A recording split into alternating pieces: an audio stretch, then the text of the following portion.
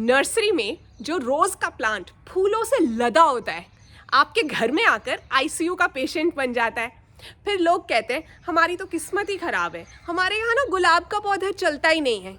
किस्मत ख़राब नहीं है, केयर करने का तरीका ख़राब है। तो इस मास्टर क्लास वीडियो में ना आपको मिट्टी से लेकर प्रूनिंग, केयर के बारे में हर चीज़ पता चलेगी गुलाब में। और क्या होगा अगर आपने इन टिप्स को फॉलो किया ना, तो अगले सीजन में आपका बैल्कनी, टेरेस या गार्डन किसी मुगल गार्डन से कम नहीं लगने वाला। लेकिन वीडियो को बीच में स्किप बिल्कुल मत करना, क्योंकि हर चैप्टर में एक पॉइंट ऐसा है जिसमें 90% गार्डनर्स फेल होते हैं। नमस्ते, सलाम और सत श्री अकाल। मैं हूँ चेतना गेट माई हार्वेस्ट से, और हम शुरू करने वाले हैं गुलाब का मास्टर क्लास वीडियो। सबसे पहले समझते हैं दो मेन वैरायटी के रोजेस होते हैं। एक तो है जो देसी डमास्क रोज़, जिसे इंडियन गुलाब भी हम अक्सर कहते हैं, देशी कहते हैं। दूसरा है जो इंग्लिश रोज़, इम्पोर्टेड वाला, इंग्लिश टी रोजेस भी कहते हैं उन्हें। देखो, एक इस चीज़ में समझने की ज़रूरत है कि कौन सी वैरायटी आपको चुननी है, स्पेशली अगर आप बिगिनर हो या आप चाहते हो कि पक्का रोज़ मिले। तो इसलिए ये पार्ट को पूरा समझो। पहले सबसे पहले तो ये जो बल्ज्ड वाला पार्ट है ना, मोटा सा पार्ट है, ये है ग्राफ्ट यूनियन।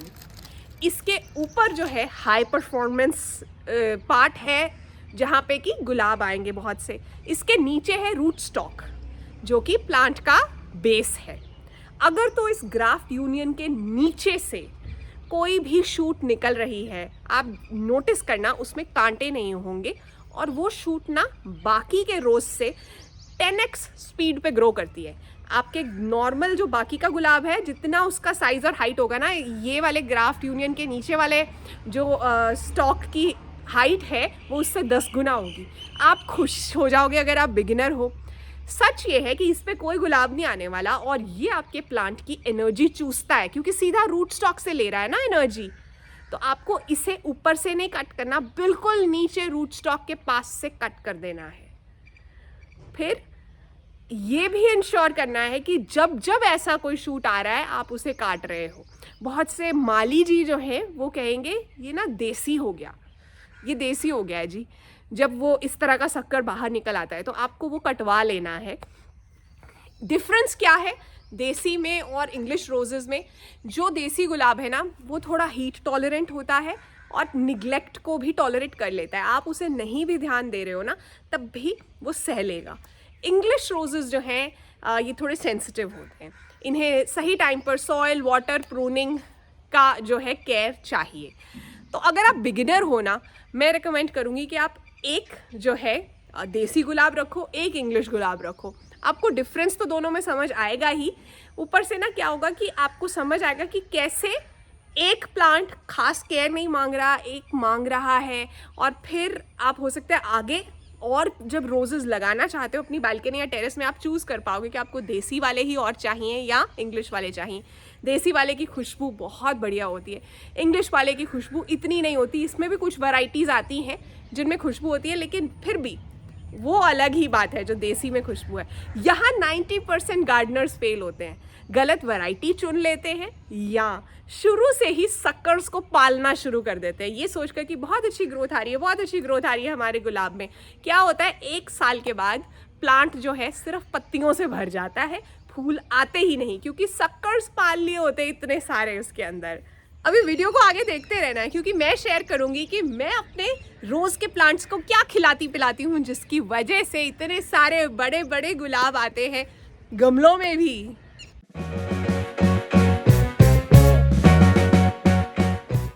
अब समझते हैं रोजेस के लिए मिट्टी कैसी चाहिए। मिट्टी नॉर्मल मिट्टी नहीं चलेगी, एरिएटेड मिक्स चाहिए। वैसे तो किसी भी प्लांट के लिए ऐसा ही चाहिए, लेकिन रोजेस के लिए थोड़ा डिफरेंट है। नॉर्मली मैं हमेशा मिट्टी ज़्यादा लेती हूँ और कॉम्पोस्ट कम लेती हूँ, लेकिन इस केस में नहीं। 40% कॉम्पोस्ट चाहिए, 30% मिट्टी चाहिए। जैसी भी मिट्टी आपके वहाँ, रेड सॉइल है, नॉर्मल अलूवियल सॉइल है, जैसे पंजाब, हरियाणा, हिमाचल साइड पे होता है, जैसी भी मिट्टी आप वो लीजिए। 40 और 30, 70% पे हम आ गए हैं। उसके बाद आपको ऑलमोस्ट 20% जो है ना वो सैंड लेनी है, ताकि मिक्सचर वेल ड्रेनिंग रहे। 90%, 10% आपको कोकोपीट लेना है, ताकि पानी थोड़ा तो रहे, मॉइस्चर रिटेन रहे। तो इस मिक्स के साथ क्या होगा, जड़ों को ऑक्सीजन मिलेगी, रूट्स को प्रॉपर ऑक्सीजन मिलेगी रोज़ प्लांट की, फिर उसके बाद ड्रेनेज सही से होगी, पानी खड़ा नहीं रहेगा। बिल्कुल ऐसे ही गुलाब के पौधे को चाहिए। आपके पास जो भी पौधा है, सिर्फ गुलाब का ही नहीं, कोई भी, आप देखना चाहते हो कि उसकी मिट्टी सही है या नहीं। जब आप पानी दे रहे हो 10 सेकंड से ज़्यादा पानी ऊपर ठहर रहा है, इसका मतलब ये पौधा सूनर और लेटर रूट रॉट से मर जाएगा। ये आप मतलब ये रूल है, पानी फटाफट से नीचे चले जाना चाहिए, इतनी जल्दी भी नहीं कि बस आपने डाला और नीचे बाहर आ गया। इसका मतलब हो सकता है पौधा जो है रूट बाउंड भी है, but in general well draining soil चाहिए। अब बात करते हैं कि इसमें और ताकत के लिए क्या डालना है। अब ये वाली बात है जो अक्सर गार्डनर्स मिस कर देते हैं, ख़त्म नहीं हुआ है। इसमें आपको 50 ग्राम के करीब, 50 ग्राम के करीब जो है बोन मील डालना है, फिर 20 ग्राम के करीब आपको एप्सम सॉल्ट डालना है, 10 ग्राम ट्राइकोडर्मा डालना है। ट्राइकोडर्मा एक फंगीसाइड है जो गार्डनिंग में अक्सर यूज़ होती है। सच बताऊँ, मैंने कभी यूज़ नहीं की, मुझे ज़रूरत नहीं पड़ती है, लेकिन अगर आपने एक गुलाब का पौधा लगाया और आपको वो बहुत प्यारा है तो सॉइल से फंगस के इश्यूज़ आ सकते हैं। मेरे पास बहुत से प्लांट्स हैं गुलाब के, तो मुझे वो कॉन्फिडेंस भी है क्योंकि इतने सालों का एक्सपीरियंस है। रात में पानी नहीं देना, कुछ चीज़ों का मैं ध्यान रख लेती हूँ, बट इन जनरल आप ये एडिटिव्स भी बीच में डालोगे। बोन मील जो है फॉस्फोरस देगा, धीरे धीरे स्लो न्यूट्रिएंट्स रिलीज हो जाएंगे। एप्सम सॉल्ट से आपका गुलाब का पौधा घना होगा, हरा भरा हो जाएगा। ट्राइकोडर्मा जैसे मैंने बताया फंगस नहीं लगने देगा। अब ज़रा पीएच की बात कर लें। देखो, जो रोजेस है ना, उन्हें स्लाइटली एसिडिक पीएच चाहिए होता है, मतलब 5 से 6 के बीच में मिट्टी का पीएच होना चाहिए। लेकिन इंडिया में ज़्यादातर जगहों पर जो पानी है ना वो अल्कलाइन होता है, वो हमारी मिट्टी को भी धीरे धीरे अल्कलाइन बना देता है। तो एसिडिक पीएच कैसे बनाओगे मिट्टी का, कैसे इंश्योर करोगे कि हमेशा एसिडिक ही रहे, गुलाब सही से उग पाएँ, कलर बढ़िया आए, उसका एक तरीका तो यह है कि आप कभी कभी जो छाछ होती है ना, सावर बटर मिल्क, उसे पानी में डाइल्यूट करके, बहुत डाइल्यूट करना है, जैसे कि 1 भाग छाछ है तो 10 भाग पानी लेकर आपको वो प्लांट की मिट्टी में दे देना है। दूसरी चीज़, थोड़ा विनेगर के साथ भी आप बहुत डाइल्यूट किया हुआ विनेगर डाल सकते हो। एग्रीकल्चरल लाइम का इस्तेमाल भी कर सकते हो। अगर पता है कि पीएच काफ़ी लो है और आप एसिडिक की तरफ लेकर जाना चाहते हो, थोड़ा न्यूट्रलाइज करना चाहते हो, तो एग्रीकल्चरल लाइम भी यूज़ हो जाता है। 1 बड़ा चम्मच जो है 3 लीटर पानी में मिक्स करके वो डल जाता है, गर्मियों की सब्जियों में भी डल जाता है, जैसे शिमला मिर्च है, टमाटर है, इन सबको भी पीएच जो है इसी तरफ चाहिए। अब ये पीएच कैसे पता चलेगा, मैं आपको अक्सर बताती हूँ। पीएच लाइट और मॉइस्चर का 3-in-1 मीटर आता है, उसमें तीनों चीज़ें पता चल जाती हैं और बहुत आसान है इसे यूज़ करना। ये आपके पास होना चाहिए, स्पेशली अगर आपको टेंशन होती है ना, समझ नहीं आता पानी देना या नहीं देना, अच्छा इंडोर प्लांट को इस जगह रखूं या नहीं रखूं, यहाँ मीडियम लाइट आ रही है या नहीं आ रही, उसमें पता चल जाता है कि लाइट कैसी है, पानी देने की ज़रूरत है या नहीं, और मिट्टी का पीएच कैसा है। तो काम की चीज़ है। जो जो चीज़ें ऑनलाइन मिल रही है मैं वीडियो में लिंक करती जा रही हूँ, आप ज़रूरत के हिसाब से मंगवा लेना। अभी आ रहा है सीज़न जिसमें ना बहुत से पेस्ट आ जाते हैं, बहुत से हानिकारक कीट पतंगे आ जाते हैं हमारे प्लांट्स के ऊपर। तो मैंने ना 3 ऐसे लिक्विड्स ऑर्गेनिक पेस्टिसाइड्स बताए हैं जो आप इस्तेमाल कर सकते हो, घर पर आसानी से बना सकते हो, ताकि आप वो जो हानिकारक कीट पतंगे हैं ना उनको दूर भगा लो, प्लस आपके प्लांट्स पर गंदे वाले केमिकल्स यूज़ ना करने पड़े। तो वो वीडियो को भी मैं लास्ट में डाल दूँगी। मंडे को वही वीडियो आया था। मेरे पीछे जो ड्रम्स नज़र आ रहे हैं ना, इनकी कहानी क्या है, इन्हें मैंने कैसे सेटअप किया, मेरे कितने पैसे लगे, ये सब पर भी मैंने वीडियो बनाया है। वो वाला वीडियो भी डाल दूँगी, वो भी देख लेना। अगर आपके पास एक रोज़ का प्लांट है जो आपने गमले में लगाया था, अभी थोड़ा पुराना है, थोड़ी ओल्ड वुड है उसके अंदर, आने वाले सीज़न के लिए आप तैयार करना चाहते हो ना उसे, तो क्या करना है उस पर मेरा एक वीडियो है, इस वीडियो के लास्ट में डाल दूंगी। उसमें मैंने डिटेल में बताया है कि डॉर्मेंसी टाइम पे जब रोजेज़ में फूल नहीं आ रहे हैं तब ऐसा क्या क्या कर दें ताकि जब फूल आए तो क्या आए। अब समझते हैं एक ऐसी चीज़ को जिसके बारे में ना ज़्यादातर गार्डनर्स इमोशनल होते हैं और फिर गलती कर देते हैं, वो है प्रूनिंग। रोज की प्रूनिंग कटिंग नहीं है, ये ना हार्मोनल रीडायरेक्शन है। कैसे, मैं समझाती हूँ, ध्यान से समझना। रोजेस के अंदर, प्लांट्स के अंदर एक ग्रोथ हार्मोन होता है जिसे ऑक्सिन्स, जिन्हें ऑक्सिन्स कहते हैं। वो प्लांट के अंदर जगह जगह होते हैं, लेकिन ज़्यादातर जो टिप होती है ना प्लांट की, उसके पास जो है वो ज़्यादा होते, और एक जगह पर ही जो टिप है वही एक्टिव रहती है। बाकी के जो आसपास की छोटे मोटे बड्स होते हैं, छोटे मोटे पॉइंट्स होते हैं ना, वो सब सोए रहते हैं। इसे कहते हैं एपिकल डोमिनेंस। तो क्या होता है, जब हम टिप को काटते हैं ना, तो एकदम से ऑक्सिन्स का डायरेक्शन चेंज होता है। ऑक्सिन्स प्लांट की जगह जगह पर जाते हैं और वहाँ से नई ग्रोथ होनी शुरू होती है, नई ब्रांचिंग होनी शुरू होती है, नए फूल आने शुरू होते हैं। तो अगर आप प्लांट को काटते नहीं हो, पुरानी वुड पर 100% बढ़िया वाली फ्लावरिंग लेकर आना इम्पॉसिबल है। आपको प्लांट की दो तरह की प्रूनिंग करने के लिए तैयार रहना चाहिए। एक है हार्ड प्रूनिंग, एक है सॉफ्ट प्रूनिंग। हार्ड प्रूनिंग जो है वो फरवरी एंड में नॉर्थ इंडिया में सही टाइम होता है हार्ड प्रूनिंग करने का। प्लांट की हाइट को 1/3 तक कट कर दिया जाता है ताकि प्लांट ग्रोइंग सीजन के लिए रेडी हो पाए। सॉफ्ट प्रूनिंग आप कभी भी कर सकते हो, जब जब आप कोई डेड फ्लावर्स निकाल रहे हो, जब जब आपको लग रहा है प्लांट की शेप ठीक करने की ज़रूरत है। जब भी प्रूनिंग करनी है, कुछ बातों का ध्यान रखना है। सबसे पहले आपको हमेशा ये देखना है कि प्लांट के सेंटर में हवा का बहाव रहे, खुल जाए प्लांट, ताकि फंगस प्रॉब्लम्स कम आए। तो अंदर कोई ब्रांचेस है जो इनवर्ड ग्रो हो रही है, उन्हें निकाल दो। दूसरी बात, कट हमेशा 45 डिग्री पर देना है। क्यों देना है 45 डिग्री पर कट? ज़्यादा टेढ़ा भी नहीं देना, लेकिन बिल्कुल सीधा भी नहीं देना है, क्योंकि पानी बारिश का, या जब आप पानी दे रहे हो वो ठहरे नहीं तो रूट वो वहाँ पे रॉट शुरू हो जाएगा। वो नहीं होना है ना, गलना नहीं है उस स्टेम को। तो इसलिए 45 डिग्री का कट दोगे, बिल्कुल सही रहेगा रोजेस के लिए। यही वो पॉइंट है जो ज़्यादातर लोग मिस कर देते हैं, गलत टाइम पर कर देते हैं। फिर कहते हैं कि इतने ज़्यादा रोजेस नहीं आ रहे। आपने एक बार गलत प्रूनिंग किया तो पूरे सीज़न का लॉस होता है। तो इसलिए बहुत ज़रूरी है कि ट्रस्ट करो खुद को, और ये भी समझो कि रोजेस को फ्रेश स्टार्ट पसंद है, नई शुरुआत। इसलिए सही टाइम पर, मैं हमेशा अपनी वीडियोस में बताती रहती हूँ कि इस महीने में अब प्रूनिंग करने का टाइम है, शॉर्ट्स में भी, लॉन्ग डिटेल्ड वीडियोस में भी। तो आपको भी उसी तरह से फॉलो करना है। अब समझते हैं कि रोजेस के सबसे बड़े दुश्मन कौन से हैं, कौन सी प्रॉब्लम्स हो सकती है, डिफेंस प्रोटोकॉल क्या होना चाहिए। देखिए, रोजेस में जनरली 3 इश्यूज आते हैं। एक है डाईबैक, जो नंबर 1 किलर है। क्या है मैं बताती हूँ। टिप आप देखोगे काली होनी शुरू हुई है, कहीं से आपने काटा है, या गुलाब जो है वो झड़ गया था एक बार खिलने के बाद, और वो टिप ब्लैक हो रही है। अगर आपने सोच लिया ना, चल देखते हैं, 10-15 दिन में वो वाली पूरी ब्रांच या तो खराब हो जाएगी या पूरा प्लांट भी मर सकता है।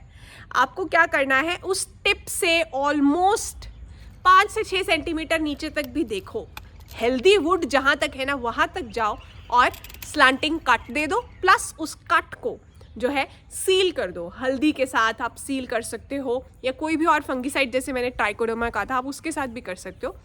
आपने उसे सील कर देना है ताकि वहाँ से फिर से डाईबैक शुरू ना हो। फिर दूसरी चीज़ जो है वो है माइट्स।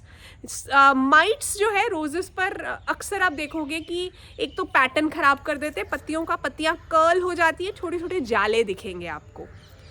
उसको कैसे क्योर करना है, साथ में तीसरी चीज़ है, उसके साथ ही मैं बताती हूँ, वो है thrips. Thrips silver threads type दिखेंगे आपको, जो पेटल्स है ना गुलाब की, उनका ही शेप खराब कर देंगे। तो माइट्स और थ्रिप्स दोनों के लिए ही नीम ऑयल सोल्यूशन है। 5 ml नीम ऑयल 1 लीटर पानी में सोप के साथ इमल्शन बनाना है। 4 से 5 बूंदें जो है सोप की डालो, लिक्विड सोप, शैम्पू कुछ भी डाल सकते हो। इसे अच्छे से मिक्स करो, स्प्रे करो हर 4 से 5 दिन में। इनफैक्ट प्रिवेंटिव स्प्रे तो आपको हर 15 दिन में एक बार करनी है। उससे क्या होता है कि कीड़ा लगेगा ही नहीं, क्योंकि प्रिवेंशन जो है डेफिनेटली बेटर देन क्योर है ना।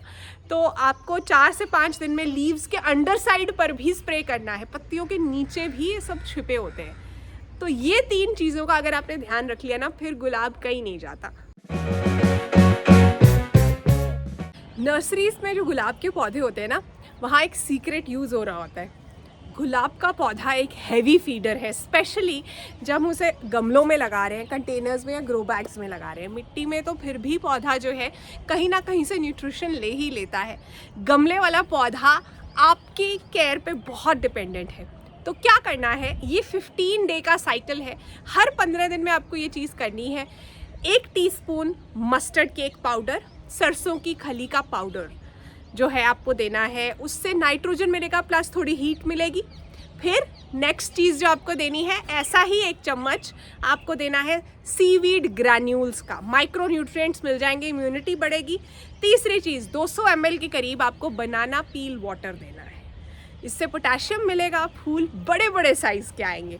ये चीज़ जो है ना आपको ग्रोइंग पीरियड में, डॉर्मेंसी में नहीं, ऑलमोस्ट मार्च से कर देनी है।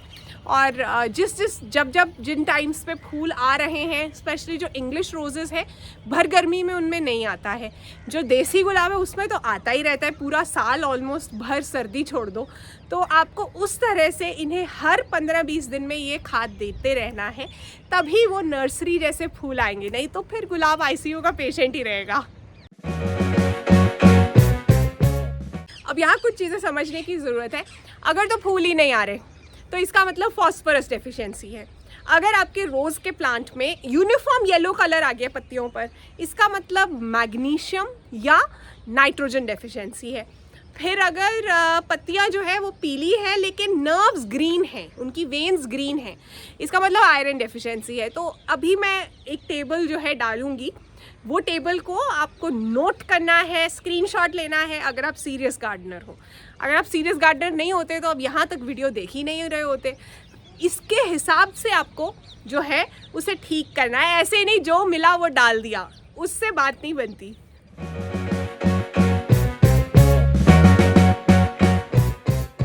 ज़्यादातर लोग ना गार्डनिंग को वन टाइम एक्टिविटी की तरह लेते हैं। नर्सरी से प्लांट खरीदा, लाकर माली जी को बोला लगा दो और फिर भूल गए। गार्डनिंग एक प्रोटोकॉल है। संडे को अपने गार्डन के लिए थोड़ा टाइम निकाला करो, अपने प्लांट्स के लिए। क्या करना है रोज़ के केस में, सबसे पहले तो डेड हेडिंग करनी है। संडे को जो भी फूल सूख गए, मुरझा गए हैं, वो सब काट देने हैं। काटने कहाँ से हैं, बिल्कुल फूल के पास से नहीं, कम से कम 10 सेंटीमीटर नीचे से, नोड के जस्ट ऊपर से, ताकि ब्रांचिंग हो पाए, प्लांट का फ़ायदा भी हो जाए ना, 1 पंथ 2 काज। दूसरी चीज़, मिट्टी की गुड़ाई करनी है 1 से 2 इंच, ताकि रूट्स को थोड़ा और ऑक्सीजन मिल पाए। तीसरी चीज़, प्लांट के कम से कम 10 से 15 पत्तों को ऑब्जर्व करना है, देखना है, अच्छे से एग्जामिन करना है, ऊपर नीचे अच्छे से देखो कि कोई कीड़ा तो नहीं लगा हुआ। ये काम आपको हर संडे करना है अगर गुलाब के पौधे पर फूल ही फूल चाहिए। स्क्रीन पर ये जो गुलाब आ रहा है ना, इसकी वैरायटी का एग्जैक्ट नाम बताओ अपने नाम और शहर के साथ। और कुछ नाम आ रहे हैं जिन्होंने पिछली बार करेक्ट आंसर दिया था, मलबरी या शहतूत। बहुत बहुत बधाई हो। आशा करती हूँ गुलाब का मास्टर क्लास वीडियो आपको काम का लगा। जाते जाते कहना चाहती हूँ, कांटों से क्या डरना जब पसंद ही गुलाब है।